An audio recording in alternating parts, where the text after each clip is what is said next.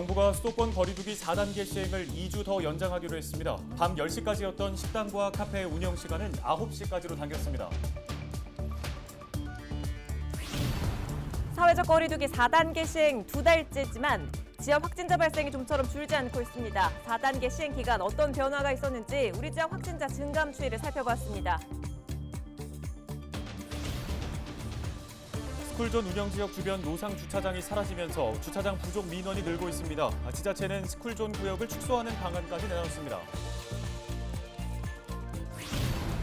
김포시와 재단법인 김포공원, 풍무 78지구 추진위원회가 풍무동 김포공원 묘지를 다른 곳으로 이전하는 데 협력하기로 했습니다. 해당 부지는 주거단지로 활용할 계획입니다.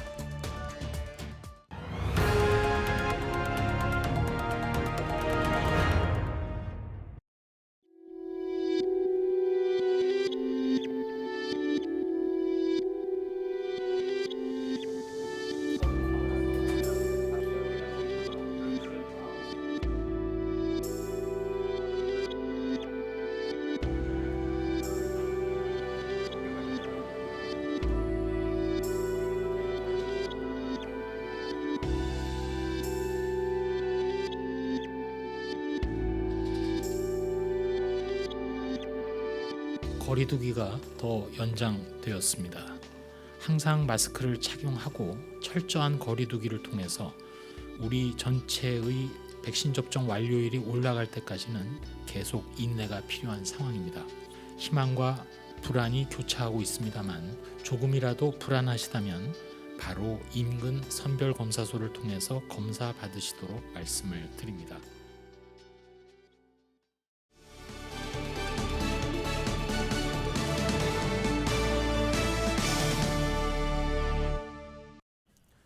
여러분 안녕하십니까? 헬로티비 경인뉴스입니다.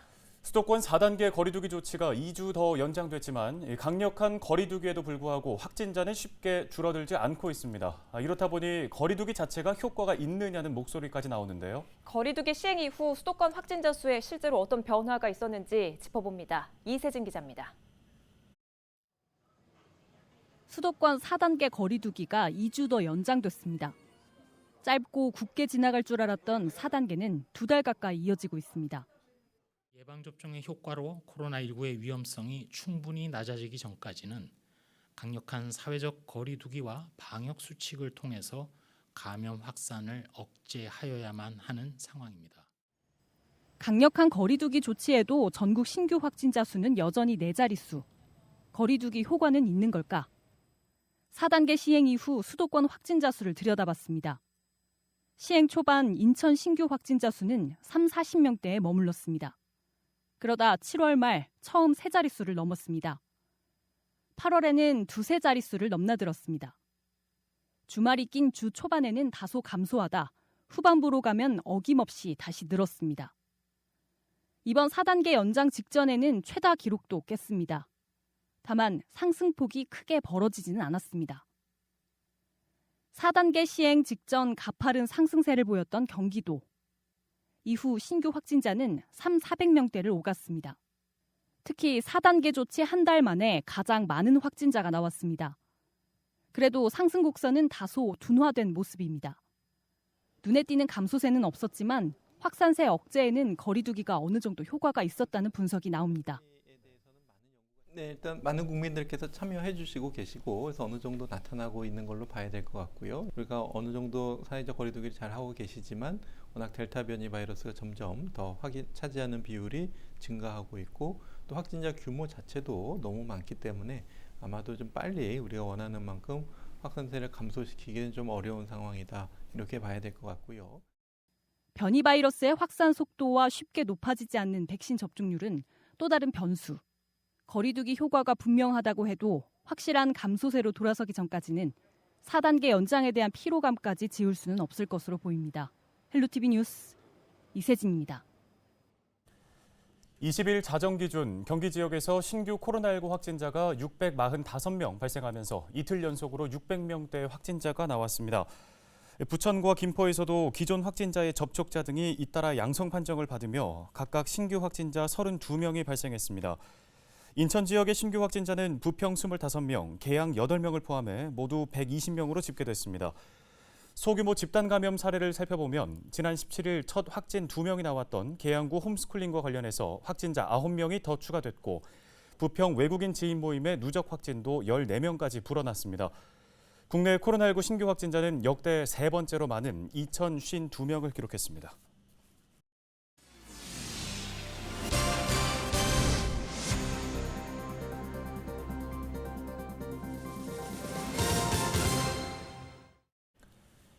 주차장법 개정으로 지난달부터 어린이 보호구역 내 노상주차장 운영이 금지됐습니다. 각 지자체에서는 기존에 있는 노상주차장을 폐지하고 있는데요. 주차할 자리는 사라졌는데 이를 대체할 주차장이 없다 보니 주민들이 겪는 주차난은 더 심해졌습니다. 어린이 보호를 위해 법이 개정됐지만 정작 현장에선 불법 주정차 등 부작용이 나타나고 있습니다. 김진재 기자입니다. 인천 부평구의 한 어린이 보호구역. 주정차 금지 구역임에도 길을 따라 주차한 차들을 쉽게 발견할 수 있습니다. 이곳은 한 달 전까지만 해도 노상 주차장이었지만 지난달 13일 개정 주차장법이 시행되면서 폐지됐습니다. 주차장법이 어린이 보호구역 내 노상 주차장 운영을 금지하고 있기 때문입니다.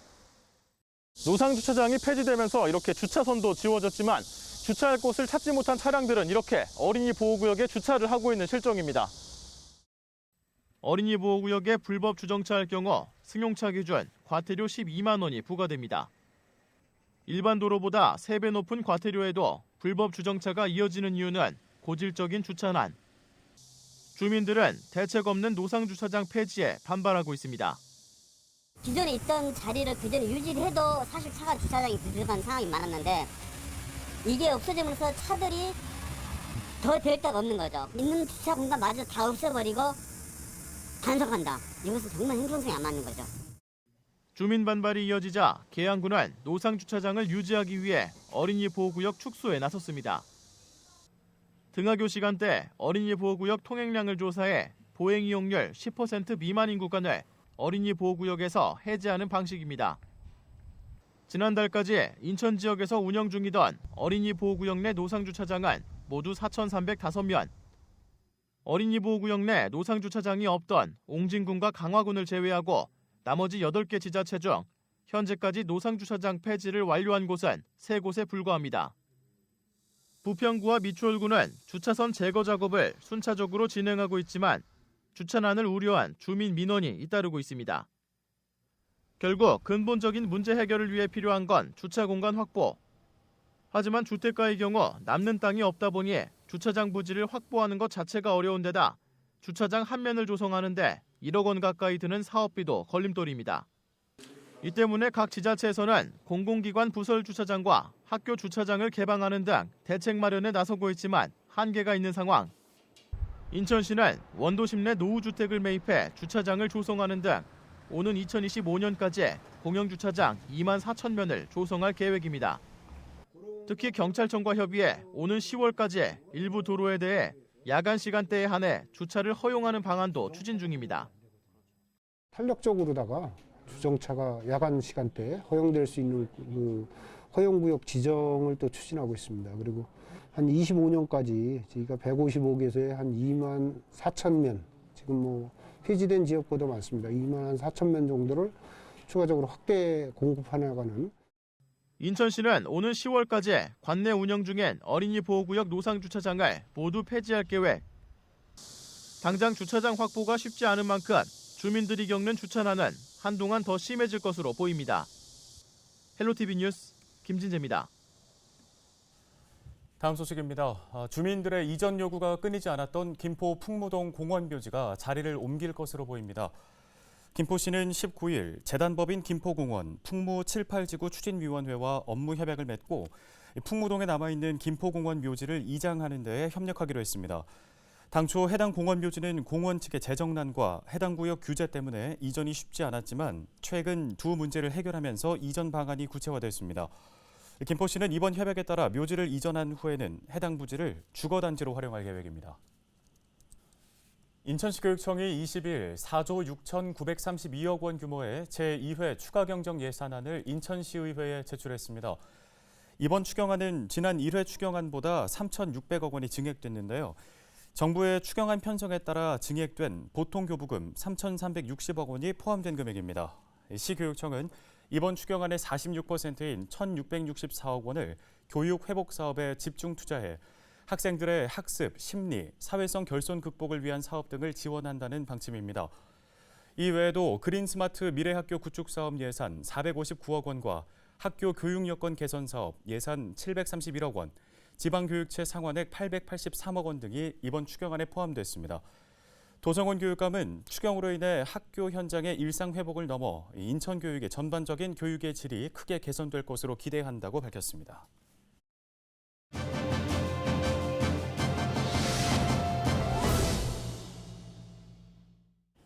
인천시가 내년부터 여성 청소년 생리용품을 보편 지급할 계획이라고 합니다. 네, 이 사업은 이용선 인천시 의원이 대표 발의한 조례 제정으로 추진되는 사업인데요. 이용선 인천시 의원과 이야기 나눠보겠습니다. 의원님 반갑습니다. 먼저 지난해 제정된 인천시 여성 청소년 보건위생물품 지원에 관한 조례 내용과 이 조례를 발의한 취지부터 말씀해 주시지요. 지난해 제가 대표 발의에 제정된 조례는 인천광역시 여성 청소년 보건위생물품 지원에 관한 조례안으로 몇 년 전 생리대 대신 신발 가창을 사용했다는 청소년의 사연이 알려지면서 생리대 가격 부담으로 인해 청소년이 신체에 유해한 대체용품을 사용하는 게 사회 문제가 되었었죠. 이를 계기로 정부에서는 생리대 지원 사업을 실시하고 있지만 저소득층 일부만을 대상으로 사업을 진행하고 있습니다. 사실 여성 청소년에게 생리용품은 생활 필수품이라고도 할 수 있습니다. 또 청소년 시기가 발달상 예민한 시기인데 적절한 생리용품의 구입과 사용에 제한이 있어서는 안 된다고 생각합니다. 충분하고 안전한 생리용품의 지원은 여성 청소년의 건강한 발달을 위한 기본입니다. 지난해 제정된 조례는 저소득층 일부 여성 청소년에 대한 생리용품 지원뿐만이 아니라 전체 여성 청소년에게 지원을 확대할 수 있는 근거를 마련하는 것으로 물론 예산의 범위에서 확대할 수 있음을 규정해서 단계적으로 지원 대상을 확대할 수 있도록 했습니다. 네, 지원 내용부터 먼저 짚어주셨는데요. 지원 사업의 계획은 어떻게 세워져 있습니까? 현재 여성 청소년 생리용품 지원 사업은 국비 지원 사업으로 기초생활보장수급자, 법정 차상위 계층, 한부모 가족 등 여성 청소년 중 일부만을 대상으로 월 11,500원씩 연 13만 8천 원을 지원하고 있습니다. 인천시가 추진을 하고 있는 여성 청소년 생리용품 보편적 지원 사업은 인천시에 주민등록을 두고 거주하는 만 12세 이상, 만 18세 이하의 여성 청소년을 대상으로 생리용품 구매 비용을 지원하는 사업입니다. 첫 해인 2022년에는 만 18세가 지원 대상이며 2025년까지 지원 대상을 점진적으로 확대한다는 계획을 하고 있습니다. 네, 2025년까지 점진적으로 지원 대상을 확대할 계획이라고 이야기해 주셨는데 사실 이 현실적으로 보편적 지원을 위해서는 예산이 많이 필요할 것 같습니다. 어떤 계획 갖고 계십니까? 내년부터 지원을 추진하는 만 18세 여성 청소년은 약 12,000여 명으로 총 사업비는 약 16억 정도 예상됩니다.